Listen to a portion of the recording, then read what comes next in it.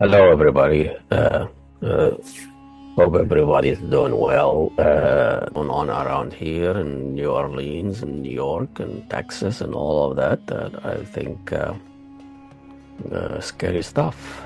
And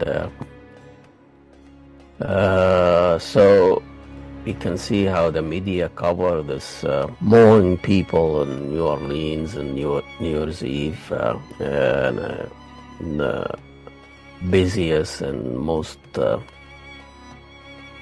tourist attraction, New Orleans, the French Quarter, and this is a horrible tragedy, and talking about 15 people getting killed, and everybody is talking about the man who actually drove the rented truck early morning, or talk about 3 o'clock in the morning,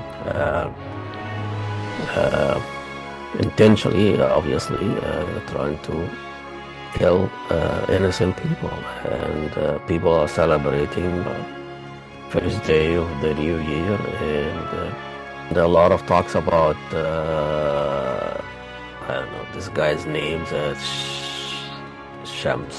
Shamsuddin Jabbar, and his connection with ISIS, and they found a flag of ISIS. I don't know what flag of ISIS, could be any flag. Has La ilaha illallah on it, will be a flag of ISIS. There is no monopoly on La ilaha illallah by this terrorist organization. But that's flag of ISIS, according to the FBI, according to the media. But what's missing in all of this, I know Trump, of course, is not going to miss out on that one. Said this is the work of immigrants, and that's why we should seal the border. And I don't think this guy know what the border is and where the Mexico is, or the difference between the border in the south or the border in the north, or Panama or Gaza or Syria, or it has no actual sense of geography or place. He's just living in his own Trump world. This guy is an American, was born in America. He's 42 years old. He spent 8 years in Afghanistan, and it's not the first time. The problem of and the violence and the behavior of veterans coming back from wars, participating in horrible wars, unjust wars, and they did horrible things, and they come back to normal life and shopping malls and celebration and try to live a normal life. It is very, very hard for them, and I think this is not the first time. From 1990 to 2023, there are 730 people from military background committed criminal acts. People committing violence, and then they come back and cannot handle the normal life. So this is not an ISIS thing, and it's another incident in the front of Trump International Hotel in Las Vegas. The number of incidents or mass murders that's been committed by white male almost every week for different reasons, and we don't label all white male by being terrorist or need to be checked and deported. So That's always, it's been always the case, and just kind of jumping on an African American that commit a crime, or an immigrant, or a brown people, or whatever the case may be. Right away, just guilty. The whole community is guilty, and start checking and home security and programs, and snooping on people and labeling them,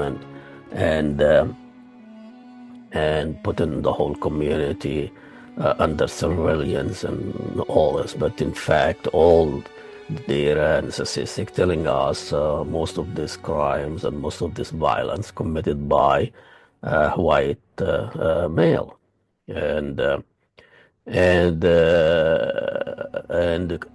a lot of people veterans who came back from wars, they find it very hard to live a normal life, and then they resort to drugs and a high percentage of divorce and percentage of violence. This is the Intercept, interesting statistic here that says in the years from 1990 to 2022, 170 individuals with U.S. military background plotted 144 individuals mass casualty terrorist attack in the United States. But I think the problem is the violence in this country in general, and the availability of guns and weapons, and breakdown of families, and a breakdown of our social fabrics, and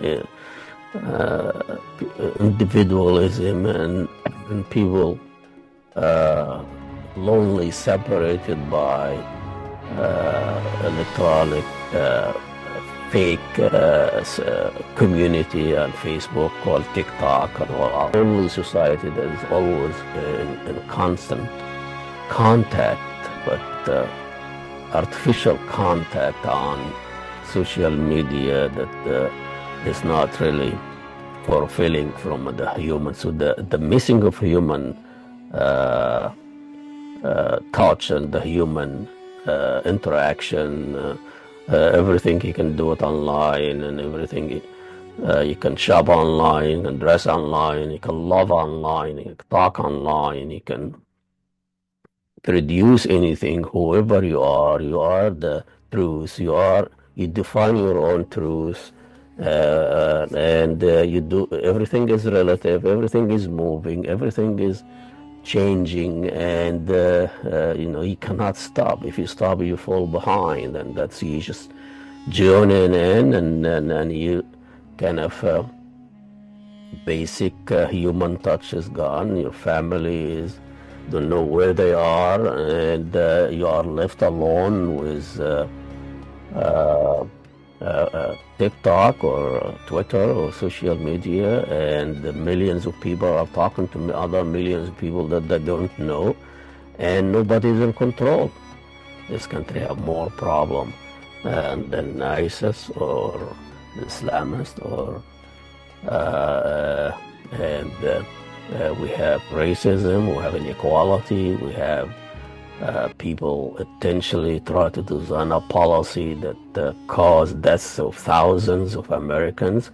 We have people using artificial intelligence to deny health care to the people who are supposed to provide them with health care.